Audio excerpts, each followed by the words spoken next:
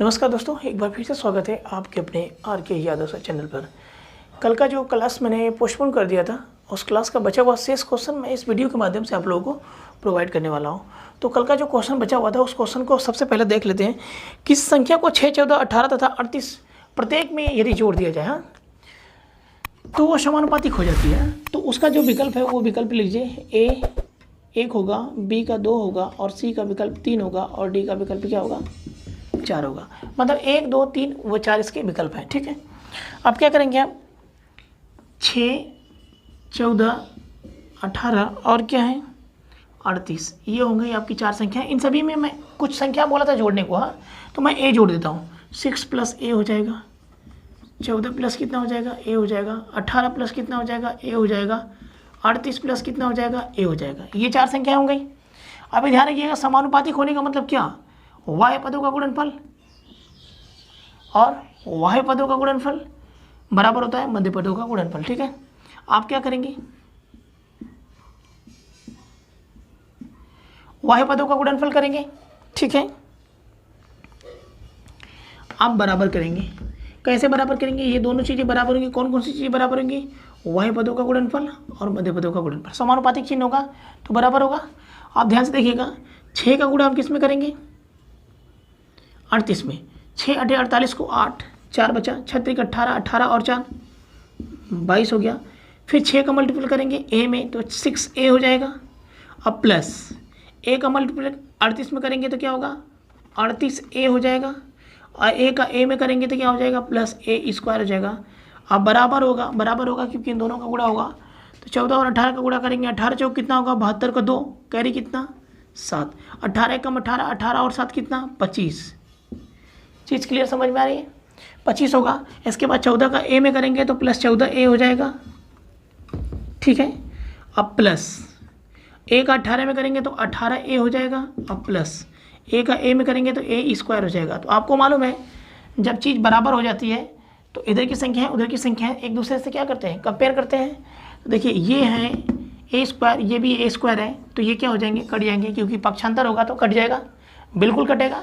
ये चीज़ आपको ध्यान होनी चाहिए। ठीक है, आप क्या करेंगे, आप एक चीज़ और, आप क्या करेंगे 228 अब प्लस 38 में 6 जोड़ेंगे तो कितना होगा 44, 44a हो जाएगा, क्योंकि दोनों समान है, जुड़ जाएगा। बराबर 252 को मैं ऐसे ही लिख दूंगा, प्लस ये देखिए जोड़िए 8 4 12, 1 1 2 1 3, 32a हो जाएगा। ठीक, अब आप क्या करेंगे, 44a इधर है, 32a इधर आके घटेगा तो कितना बचेगा, देख लीजिए 12a बचेगा।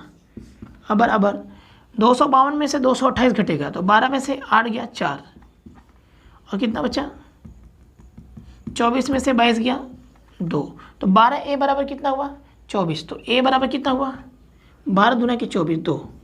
मतलब वह संख्या कौन सी जोड़ी जाए कि वो आपस में समानुपातिक हो जाए, तो वह संख्या 2 जोड़ी जाए। वह संख्या कौन सी जोड़ी जाएगी कि यह सभी संख्याएं समानुपातिक हो जाएंगी आपस में, तो वह संख्याएं 2 जोड़ी जाएंगी, तब जाके ये समानुपातिक होंगी। लेकिन सबसे बड़ी चीज़ ये है कि क्या मैं ऐसे लगाकर टाइम को बचा पाऊँगा, क्या मैं ऐसे क्वेश्चंस को लगाऊं तो टाइम बच पाएगी। टाइम सेव, हमें टाइम को सेव करके लेके चलना है। ठीक है, कम समय में ज़्यादा क्वेश्चन को करना है तो हमें क्या करना पड़ेगा, हमें कुछ ऐसा करना पड़ेगा जहाँ से हम जल्दी कर सकें। ठीक है, तो सबसे पहले हम क्या करें, इस क्वेश्चन को हम ऑप्शन के हिसाब से सॉल्व करेंगे। देखते हैं ऑप्शन के हिसाब से कैसे सॉल्व करते हैं। ठीक है, तो ऑप्शन के हिसाब से यदि देखा जाए नहीं, लेकिन थोड़ा सा मेथड भी जानना जरूरी था, नहीं तो आप लोग कहेंगे कि प्रॉब्लम ये नहीं समझ में आ रहा, वो नहीं आया। ठीक है, देखिए सबसे पहला ऑप्शन है 1, ऑप्शन पहला है 1। यदि मैं सब में 1 जोड़ूँ तो 1 जोड़ूंगा तो क्या हो जाएगा 7, यहाँ क्या हो जाएगा 15, यहाँ क्या हो जाएगा 19, यहाँ क्या हो जाएगा 39। अब एक चीज़ ध्यान दीजिएगा, समानुपातिक जब होती है ना तो वाह्य पदों का गुणनफल बराबर होता है मध्य पदों का गुणनफल। ठीक है, तो 7 में 39 का गुणा करिए, उतना ही आना चाहिए जितना कि 15 39 का हो, 15 और 19 का हो। ठीक है, तो इकाई अंकों का करके देख लीजिए, उतना तो कॉमन सेंस है। 7 9 63, 3 मिल रहा है इकाई पे। अब 5 9 45 है, 9 5 45, 5 मिल रहा है इकाई पर। ठीक है, अगर इकाई पर सेम होती तो गुणा करके देख लेते हैं, ये नहीं है, ये बराबर नहीं है, मतलब विकल्प ए क्या है, नहीं है। विकल्प 2 को देख लेते हैं, विकल्प बी को देख लेते हैं। विकल्प बी में 2 2 जोड़ना है, तो 6 में 2 जोड़ेंगे तो कितना होगा 8 होगा। 6 में 2 जोड़ेंगे तो 8 होगा, 14 में 2 जोड़ेंगे तो 16 होगा, और 18 में 2 जोड़ेंगे तो 20 होगा, और 38 में 2 जोड़ेंगे तो 40 होगा। अब इसको देखिए, वाह्य पदों का गुणनफल और बराबर मध्य पदों का गुणनफल। तो 8 में 40 का गुणा करेंगे तो 8 चौक को 32, 320 हो रहा है, और 16 दूना के 32, 320 हो रहा है। मतलब ये सही है, ये समानुपातिक को फिट कर रहा है। मतलब विकल्प सेकंड हमारा क्या होगा, सही। मान कितना आ रहा है, 2 आंसर आ रहा है। 16 दूना के 32, 320, 8 चौक को 32, 320। क्लियर है, बिल्कुल क्लियर है। तो हम क्या करेंगे, ऐसे प्रश्नों को हम ऑप्शन से सॉल्व करेंगे, और यही तरीका है कि जहाँ जैसे मिले वैसे हम इसको सॉल्व कर दें। ठीक है, आइए इसके अगले क्वेश्चन को देखते हैं। अगला क्वेश्चन देखिए। हाँ, अगला क्वेश्चन देखते हैं दोस्तों। अगला क्वेश्चन दिया है, किस संख्या को 4, 8, 16 तथा 26, किस संख्या को 4, 8, 16 तथा 26 प्रत्येक में जोड़ा जाए कि नई संख्या समानुपातिक हो जाए। ठीक पिछले वाले क्वेश्चन की तरह है। ठीक है, तो यहाँ पर इसका विकल्प ले लीजिए। इसका विकल्प होगा option A 1, option B 2, option C होगा 3, और ऑप्शन डी होगा 4। वैसे आपको विकल्प दिख रहा होगा। ठीक है, आपको विकल्प दिख रहा होगा। यहाँ पे देख लेते हैं 1, 2, 3, 4 करके। हाँ, अब यहाँ पे क्या करना है, संख्याएं क्या है, 4, 8, 16 और क्या है 26। बोला ऐसी कौन सी संख्या इसमें से जोड़ दिया जाए। मतलब हम तो विकल्प के हिसाब से देखेंगे तो विकल्प को उठाएंगे कि ये आपस में समानुपातिक हो जाए। तो एक, अगर पहले वाले ऑप्शन को उठाते तो 1 जोड़ेंगे, तो 4 में 1 जोड़ेंगे तो 5, 8 में 1 जोड़ेंगे 9, 16 में 1 जोड़ेंगे 17, 26 में 1 जोड़ेंगे 27। समानुपातिक का क्या मतलब होता है, बीच में समानुपातिक का चिन्ह होता है, और वाह्य पदों का गुणनफल बराबर होता है मध्य पदों के गुणनफल के। तो गुणा करिए इसके, क्या कहते हैं, इकाई का। 5 सते 35, इकाई पे 5, 9 सते 63, इकाई पे 3। ये तो बराबर हो नहीं सकता है। आपको चीज़ समझ में आ रही, तो ये तो नहीं होगा। ऑप्शन ए खत्म। अब ऑप्शन सेकंड पे चलते हैं।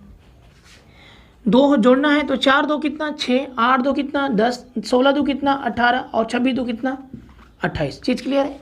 वाह्य पदों का गुणनफल बराबर मध्य पदों का गुणनफल। तो 6 8 48 को 8, और 8 सुनिए हम शून्य, इकाई पर 8 आ रहा, इकाई पर शून्य, तो ये भी नहीं होगा, ये भी नहीं होगा। अब ऑप्शन सी पे चलते हैं। ऑप्शन सी में जो है 3 दिया है, 3 को उठा लेते हैं। तो 4 3 कितना 7, 8 3 11, 16 3 19, और 26 3 29। वाह्य पदों का गुणनफल बराबर मध्य पदों का गुणनफल होना चाहिए। तो 7 9 63, 3 इकाई पे 3 मिल रहा है, 3 मिल रहा है, दिख रहा है ना। और 9 1 कम 9, ये तो क्लियर नहीं है भाई, ये भी नहीं होगा, क्योंकि 3 3 रहता है तो गुणा करके देखते हैं, 8 8 रहता है या 0 0 रहता है तो गुणा करके देखते हैं। अब ये भी क्लियर नहीं है। अब लास्ट ऑप्शन आपका बचा ऑप्शन नंबर डी। अब 4 जोड़ के देख लेंगे, तो 4 जोड़ के देख लेते हैं। तो 4 में 8 जोड़ेंगे तो 12, 8 में 4 जोड़ेंगे तो 4 में 4 जोड़ेंगे तो क्या होगा 8 होगा, 8 में 4 जोड़ेंगे तो 12 होगा, 16 में 4 जोड़ेंगे तो 20 होगा, और 26 में 4 जोड़ेंगे तो 30 होगा। वाह्य पदों का गुणनफल बराबर मध्य पदों का गुणनफल होना चाहिए। 8 तरीके कितना हुआ 24। अब यही बचा है, पूरा लिख दीजिए। 12 दूने के कितना हुआ 24। क्लियर है। वाह्य पदों का गुणनफल बराबर मध्य पदों का गुणनफल। अतः आंसर हमारा क्या होगा, ये तो है नहीं, ये तो है नहीं, आंसर हमारा क्या होगा ऑप्शन नंबर डी। तो दोस्तों क्वेश्चन को सॉल्व करने के लिए बहुत सारे तरीके होते हैं, बस थोड़ा सा एक्सरसाइज की ज़रूरत होती है। और यदि हम एक्सरसाइज पर लगे रहते हैं तो क्वेश्चन आसानी से अनेकों प्रकार से सॉल्व हो सकता है। ठीक है, आइए हम अगले क्वेश्चन पे चलते हैं। अगला क्वेश्चन देखिए। अगला क्वेश्चन देखिए दोस्तों, यदि यक्ष संबंधी y बराबर 3 संबंधी 1 हो तो। क्वेश्चन में दिया है कि यदि यक्ष संबंधी y बराबर 3 संबंधी 1 हो तो, यक्ष संबंधी y बराबर 3 संबंधी 1 हो तो क्वेश्चन में पूछा है कि यक्ष क्यूब माइनस वाई क्यूब और संबंधी मतलब समानुपाते यक्ष क्यूब प्लस वाई क्यूब का मान क्या होगा। ठीक है, का मान क्या होगा। तो आपको ये नहीं लग रहा है कि यक्ष का मान क्या है 3 है, वाई का मान क्या है 1 है। तो कुछ नहीं करना है, यक्ष वाई का मान यहाँ पे पुटअप कर दीजिए और सोल्यूशन निकल जाएगा। तो यक्ष का मान क्या है 3 है, तो 3 का क्यूब माइनस वाई का मान 1 का क्यूब संबंधी 3 का क्यूब और प्लस वाई का मान 1 का क्यूब। ये कितना होगा 27 माइनस 1, और ये कितना होगा 27 और प्लस कितना 1, ये कितना होगा 26 और संबंधी कितना 28। तो 2 से कटेगा, 2 से कटेगा तो 13 बार में, 2 से कटेगा तो 14 बार में। तो ये होगा हमारा क्या रियल आंसर। ठीक है, 13 संबंधी 14 जो आपको विकल्प में भी मिलेगा। ठीक है, 13 संबंध क्या होगा 14, ये हमारा क्या होगा आंसर। आइए अगले क्वेश्चन पे चलते हैं। अगला क्वेश्चन देखिए दोस्तों, अगला क्वेश्चन भी बेहतरीन है। अगर ऐसे क्वेश्चन आ जाते हैं एग्जाम में तो स्टूडेंट क्या करते हैं, जल्दबाजी के मारे गलत कर जाते हैं।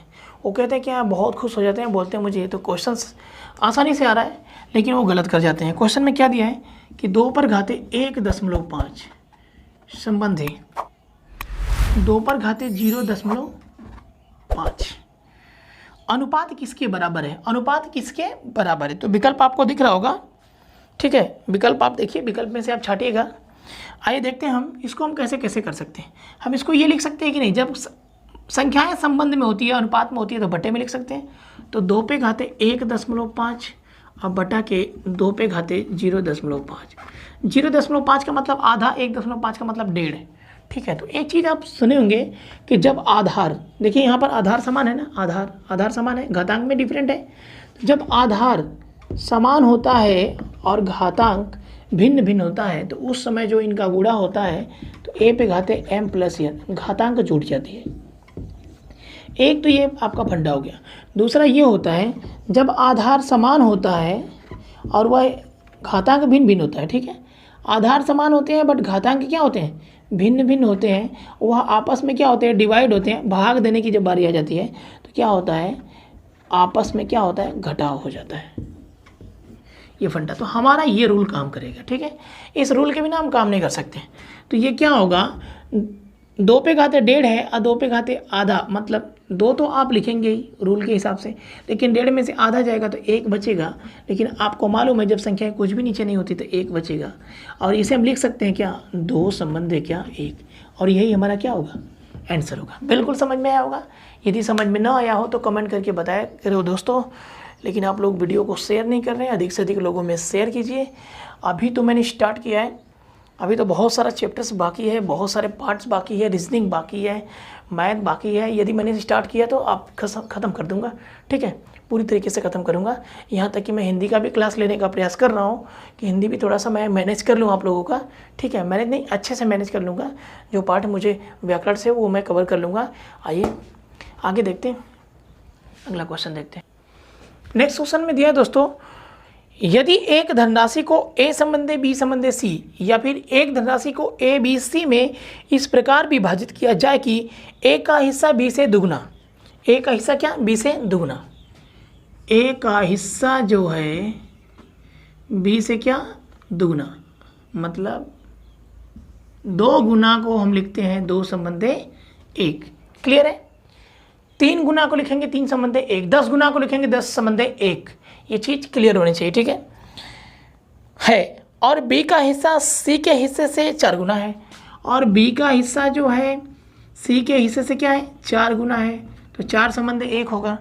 यहाँ क्लियर है।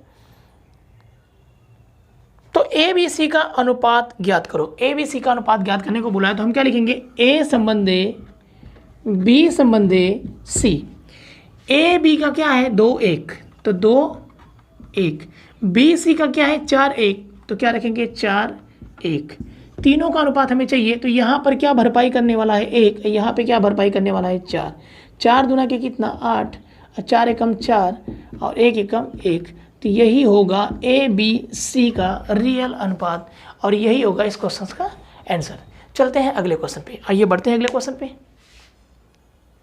हाँ, अगला क्वेश्चन देखिए। अगले क्वेश्चन में ये कह रहा है कि 3 संख्याओं का योगफल 245 है। 3 संख्याओं का योगफल क्या है 245 है।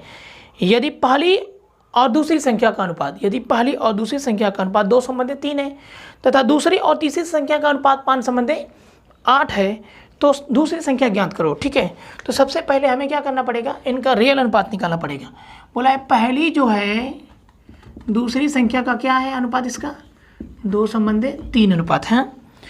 पहली और दूसरी संख्या का 2:3 इनका अनुपात है। दूसरी और तीसरी संख्या का अनुपात, दूसरी और तीसरी संख्या का अनुपात कितना बोला है 5 संबंधे 8 है, यही बोला है ना 5 संबंधे 8 है। तो दूसरी संख्या बताओ। तो सबसे पहले तो आप तीनों का रियल अनुपात निकालो। ठीक है, आप क्या करेंगे, पहली दूसरी तीसरी, ये तीनों हो गए। पहले और दूसरे का 2 3 है तो 2 3 रखिए। दूसरे तीसरे का 5 8 है तो 5 8 रखिए। क्लियर।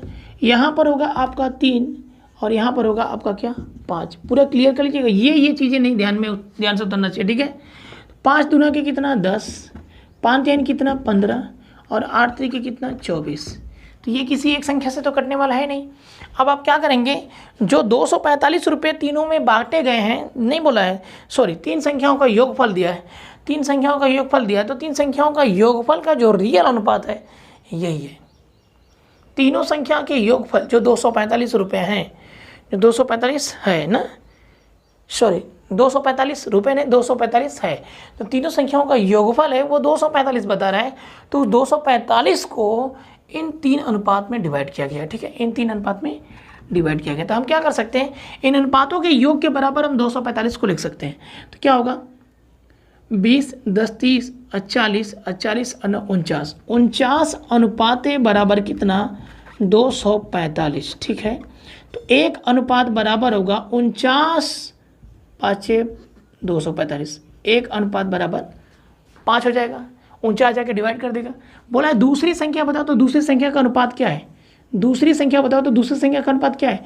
जब एक अनुपात पर 5 है तो 15 पे कितना होगा 15 गुणे 5 बराबर 75, और यही होगा हमारा रियल आंसर। दूसरी संख्या यही होगी हमारी, ठीक है। अगर पहली संख्या पूछेगा तो 10 का गुणा कर देंगे, तीसरी संख्या पूछेगा तो 24 का गुणा कर देंगे, और तीनों को जोड़ देंगे तो भी 245 आपका होगा, ठीक है। आइए अगले क्वेश्चन पे चलते हैं। अगला क्वेश्चन देखिए, देखिए अगला क्वेश्चन दिया है कि एक व्यक्ति के पास 560 मीटर लकड़ी का एक टुकड़ा है, यदि छोटे भाग की लंबाई बड़े भाग का 75% है, यदि छोटे भाग की लंबाई बड़े भाग का 75% है तो छोटा भाग ज्ञात करो। तो बताइए छोटा भाग को बोला है बड़े भाग का 75% है, तो छोटा भाग तो बड़ा ही होगा, छोटा भाग छोटा होगा 75%, तो बड़ा भाग क्या होगा बड़ा ही होगा, ये ध्यान रखिएगा। तो एक लकड़ी का क्या है टुकड़ा है, इसकी लंबाई कितना है 560 मीटर, इसकी लंबाई कितना है 560 मीटर। तो हम क्या कह सकते हैं छोटा और बड़ा। क्वेश्चन में जो बोला ध्यान से देखिएगा, एक व्यक्ति के पास 560 मीटर लकड़ी का टुकड़ा है, यदि छोटे भाग की लंबाई बड़े भाग का 75% है, छोटे भाग की लंबाई जो बड़े भाग का 75%, तो बड़ा वाला कितना रहा होगा 100, तो छोटा वाला हो जाएगा 100 का 75, ठीक है। 100 पे जितना बोलेगा ना उतना ही हो जाएगा, ठीक है 75। तो ये कटेगा तो कितना हो जाएगा 25 3 75 और 25 को कितना 100, 3 समझे 4। अब बोला कितना था टोटल इसकी लंबाई कितनी है 560, तो हम क्या करेंगे 3 और 4, क्वेश्चन में दिया है 560 मीटर लंबा है, और जो हमने निकाला तो 3 और 4 के रेशियो में आ गया है यही 560, तो इन दोनों रेशियो को जोड़ेंगे 4 3 कितना होगा 7, तो 7 अनुपात के बराबर कितना 560 होगा, तो एक अनुपात के बराबर होगा 7 बटे 56 80 मीटर होगा। तो बताइए छोटा टुकड़े की लंबाई पूछा है, तो छोटे टुकड़े की लंबाई, तो छोटा टुकड़े की लंबाई होगा, बस मैं छोटा लिख देता हूँ, छोटे टुकड़े की लंबाई 1 अनुपात बराबर 80 है, तो 3 अनुपात बराबर कितना होगा 3 गुणे 80 या 80 गुणे 3 बराबर 8 3 24 240 मीटर। यदि बड़े टुकड़े का पूछेगा तो 4 का गुणा कर देंगे, और दोनों को पूछेगा तो दोनों को निकाल लेंगे, दोनों को जोड़ेंगे तो भी 560 मीटर होगा। आंसर हमारा क्या है यहाँ से 240 मीटर की लंबाई, ठीक है। आगे चलते हैं अगले क्वेश्चन पे। अगला क्वेश्चन है एक त्रिभुज के कोणों का अनुपात 2:3:5 है, तो बड़े कोण का, तो सबसे बड़े कोण का मान ज्ञात करें, ठीक है। तो आप जानते हैं त्रिभुज जो होता है ना, त्रिभुज के जो तीनों कोण होते हैं, त्रिभुज के तीनों कोणों का योग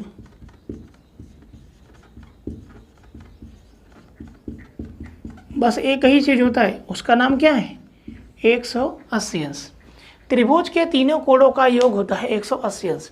इस क्वेश्चन को लगाने के लिए हमें जब तक ये मालूम नहीं रहेगा कि त्रिभुज के तीनों कोणों का योग कितना रहता है या कितना होता है, तब तक हम क्वेश्चंस को सॉल्व नहीं कर पाएंगे, ये ध्यान रखिएगा।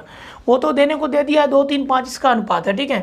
तो 2 3 5 या 2 3 5 कोई भी रहा होगा, ठीक है, जरूरी नहीं कि यही त्रिभुज हो, ठीक है, त्रिभुज चेंज हो सकता है, कच्ची आकृति मैंने बना रखा है। तो 2 3 5 इसका अनुपात है, तो पहला इनका, दूसरा और इनका तीसरा, मैं इनका 2 कर देता हूँ, इनका 3 कर देता हूँ और इनका 5 कर देता हूँ, ठीक है। आप ध्यान से देखिएगा, यह अनुपात जो है 3 भुजाओं का अनुपात है, ठीक है, सॉरी 3 कोणों का अनुपात है। 3 कोणों का दिया है ना, यस 3 कोणों का अनुपात है। 1 2 3 कोण है। 3 कोणों का अनुपात कितना दिया है? 2 3 5। और हम जानते हैं कि तीनों कोणों का योग होता है 180 अंश। तो यदि मैं इस अनुपात को जोड़ूंगा तो 180 अंश के बराबर करूंगा। क्यों? क्योंकि हम जानते हैं कि तीनों कोणों का योग होता है 180 अंश। दिया हुआ है तीनों कोणों का अनुपात 2 3 5, मतलब इसी 180 अंश का ये अनुपात दिया हुआ है, ठीक है।